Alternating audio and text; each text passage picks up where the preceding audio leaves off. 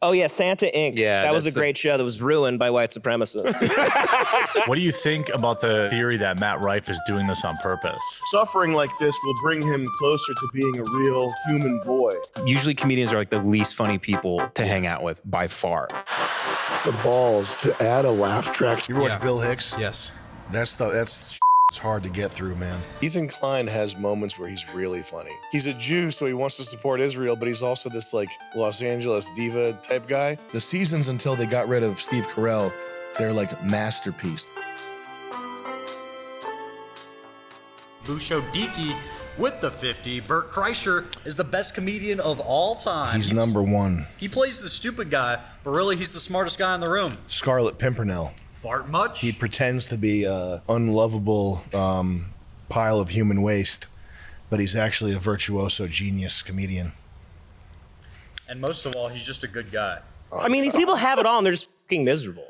Yeah. You're like going to like Shutter Island, like try and crack a smile. And they keep having all the right opinions to keep making the money. And, you know, usually comedians are like the least funny people to hang out with by far. It's the worst. They only talk about themselves. They don't listen to you. They're usually just not funny. Like it's all a calculated thing to be a certain way on stage and appear a certain way. And they go, how do I sell myself? How do I market myself?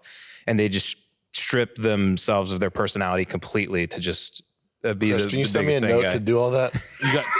You know what's funny about 𝐂𝐘𝐌, by the way, is he's in like some Marvel movie and it bombed so hard that apparently he like crying, like he couldn't stop crying and he had to go to therapy because everyone hated the movie. Damn. He was public about I love Because he changed his whole life. He got like super jacked for it, and then He's it the only sucks. jacked Indian of all time. ever in history. What are you doing to your body?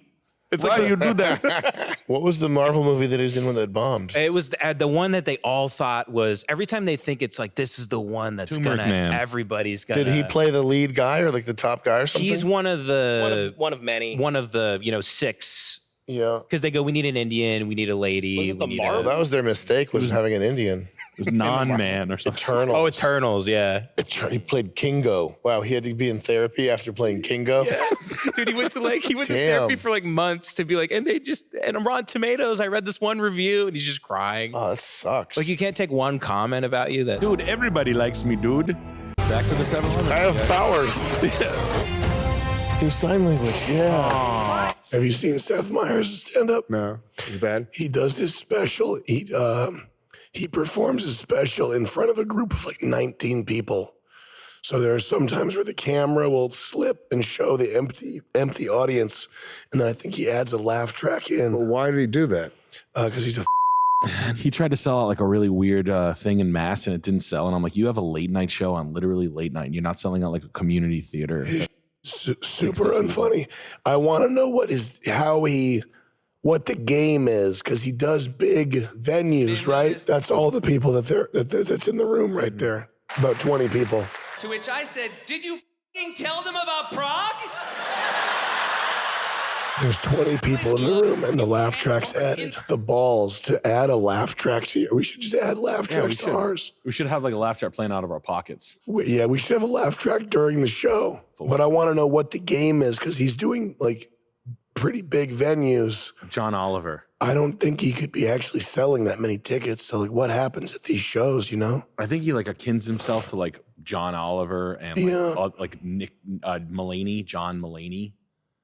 And he's like, I do late night. I'm like a big spider web weaver. Rich Voss is a comedian. He's got no business being a comedian. He doesn't belong anywhere, but he's always around. He's this comedian that's his career is like 50 years long because he's just been hanging around everywhere when other people have been hanging around. The point is the value of persistence. Even if you are a colossal loser, if you find a way to inject yourself in every situation for 50 years, you can have some semblance of a career. I mean, as a matter of fact, that's how most people get by.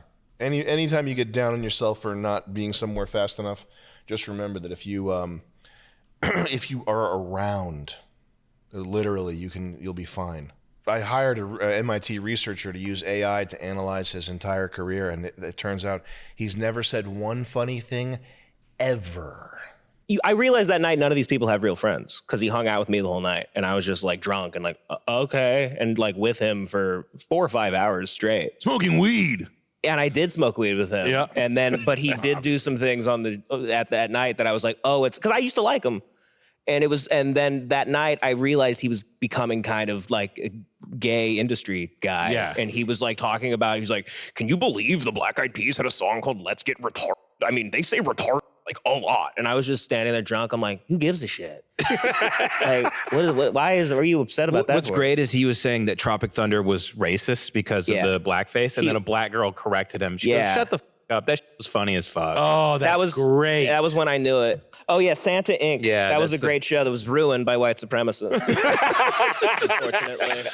I hated what they did with it. Yeah. All those Hells Angels and the white supremacists in Southern California, Oakland, and other We had a great show, but white supremacists in Hollywood ruined it. So these guys go the other way too, by the way. You meet them and you hang out with them for a bit, and behind closed doors, they're the complete opposite of what they pretend to be. Yeah. So you meet them, they're like, who cares what Louis did? He's fine. And then they go on, you see them on Twitter the next day, they're like, women have the right to, Wow. because they just want to keep their job. What job? Louis was blocking women in rooms so they wouldn't go do comedy. It had nothing to do with sex.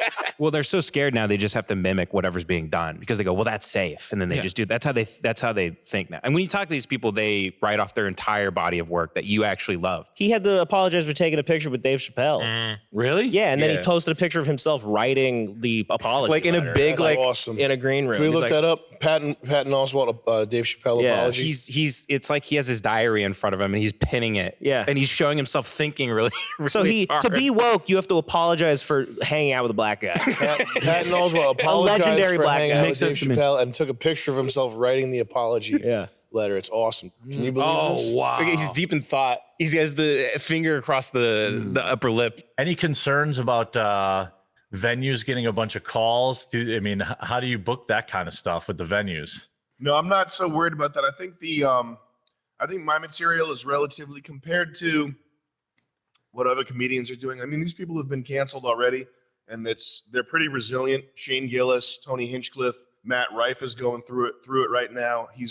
I'm certain, unless he fucks up, he's going to make it out okay. I think the cancellation of at least this flavor of stand-up comedy, I don't think it's effective anymore.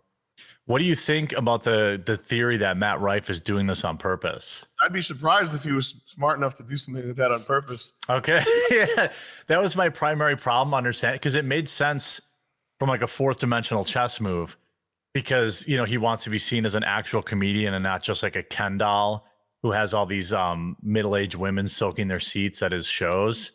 Well, I think that's the effect that it's going to have. I think this is ultimately probably a really good thing for him because he's honed his whole craft around making some like 36-year-old ran through office worker that gets like pizza cheese on her salad. That type of girl. I'm having a salad today, but I'll get the pizza cheese on it because it's with chicken tenders. That type of woman, making her as wet as possible. But I think suffering like this will bring him closer to being a real human boy. So the true tale of Pinocchio. I think he has a show in San Diego and it's sold out. I mean, I knew he wasn't getting canceled. The joke wasn't even that offensive. Either way, I think the era of stand-up comedians specifically, because it's looked at as the last bastion of free speech. Like it really is the place where you can say the wildest stuff. I think the era of stand-up comedians getting canceled in that way is probably pretty much over. The thing that chaps me about the H3 thing is that he's like a gatekeeper, sort of the guy that pulls the ladder up behind him type of guy. Yeah. The stealing stuff would have been fine if he like shouted me out, because it's everybody creatively. You kind of stand on the shoulders of giants, no matter what your field is. I mean, his rip-off thing was so blatant, it was ridiculous. It was like a verbatim, word for word theft of one of my videos. But even then, it's not like I'm not like, oh, he can never make anything funny because he stole from me. Meshuggah, when they wrote their album Nothing, I don't know the exact details, but they claimed that they purposely didn't listen to any music for like a year or more, possibly. And the album ended up being like The best one. Just like so far out there, like nothing ever done before type of thing. And it was pretty. I thought that was pretty interesting. If you come at stand up and you're a real outsider, like even Mitch Hedberg does stand up that's crafted the way you should craft stand up. Like he doesn't do freaked up outsider screamo. He does like good stand up that is weird. Yeah. So I've been watching stand up trying to figure out how to structure it. And I think it's probably a mistake to not structure your stand up. Like you do have to do it. You do have to try to make people laugh and not just be a spoken word freak. I was watching Bill Hicks. You ever watch Bill Hicks? Yes. That's it's hard to get through, man. Yeah. That's some of that. It's honestly, that's some of the most hardcore I've ever seen is Bill Hicks. I did realize when I was watching Bill Hicks, I think that's who Tim Heidecker parodied in his stand-up, which is really funny. Yeah. Because Bill Hicks was so insufferable. It's the most god-awful thing. It's painful. It's painful. On it, man. Steve Carell, this is a major point about creativity and just your life path in general. Steve Carell, what else has he been in? He's everybody's favorite. He's amazing. He's the best ever. Okay. What else was he in? He was in this. It was the Anchorman. Anchorman. He was in 40 was he in the 40-year-old 40-year-old virgin? version. He's never. None of that stuff is. Dana Carvey show is what gave him his stuff. He's been fantastic in all these things, right? But none of this is like anything that you need to ever remember or go back to. Anchorman was great. You don't need to go back to it for Steve Carell's performance, right? Nothing he's done has been like an unforgettable masterpiece type thing. And what he's done since, he runs a general store in Massachusetts. He did the space show. I didn't even watch. The idea here is that you can be as great as Steve Carell is and go your entire life and you only get one shot at being like in the canon. Like the American Office, the seasons until they got rid of Steve Carell, they're like masterpiece. Like they're in the American canon. They are masterwork level, like greatness. Yeah. Untouchably great, man. I like Jan a lot. Oh yeah, Jan is an excellent character. Oh yeah, Melinda Hardin, is that her name? She's a fox. It's my kind of everybody piece right there. Is like in their lane, playing their role, incredible. It's a masterpiece, man. It's like, and you might only get, the point being, you might only get one shot your whole life to do something that's masterpiece level.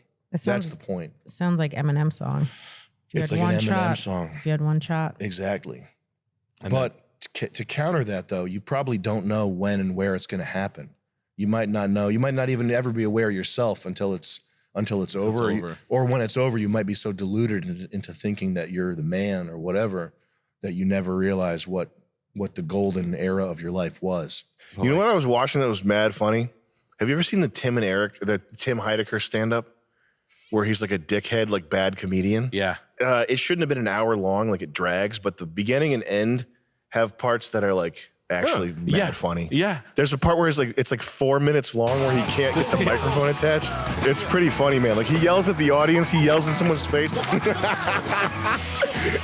And there's a part where pause, Chris. Man. There's a part where he says no more, he's doing no more bull, and then he calls people out for being on antidepressants, and he calls them head meds, which it's like Tim Heidecker I know that personally he thinks that like antidepressants are totally normal and like you should be on them. But when he does this character that's making fun of, calling them what are you on head meds? You on head meds like that? It's pretty good. Yeah. That's so funny, man.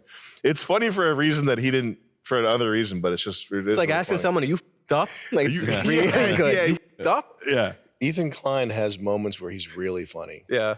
And there's one where he's walking, you know how Israel's just like a dump? Mm-hmm. Like it's like Europe, but more rocks. Mm-hmm. Like if you tried to make Europe out of rocks and like trash, It's like what most of Israel looks like. The Call of Duty map. Sign, yeah, it's a Call of Duty map, and then signs that say like Tehran. Habetz. Ethan Klein, he's a Jew, so he wants to support Israel, but he's also this like Los Angeles diva type guy. And his wife's Israeli, right? There's a part where it's just so funny, like he's breaking down and admitting, and he's just like, look at this place. This place is a dump. He's calling it a shithole. Who wants to live in this? Yeah. Like, why are they fighting over this hunk of shit? It's really, yeah, exactly. It's really funny, man. Alterations. Yeah, they definitely fixed it up. Killing Yeah, it looks over great. here. Anyway, God bless. I feel like this street is too nice almost. There's streets here that the wiring makes it look like this whole neighborhood's about to go up. Like, who the put this together? He has moments where he's funny.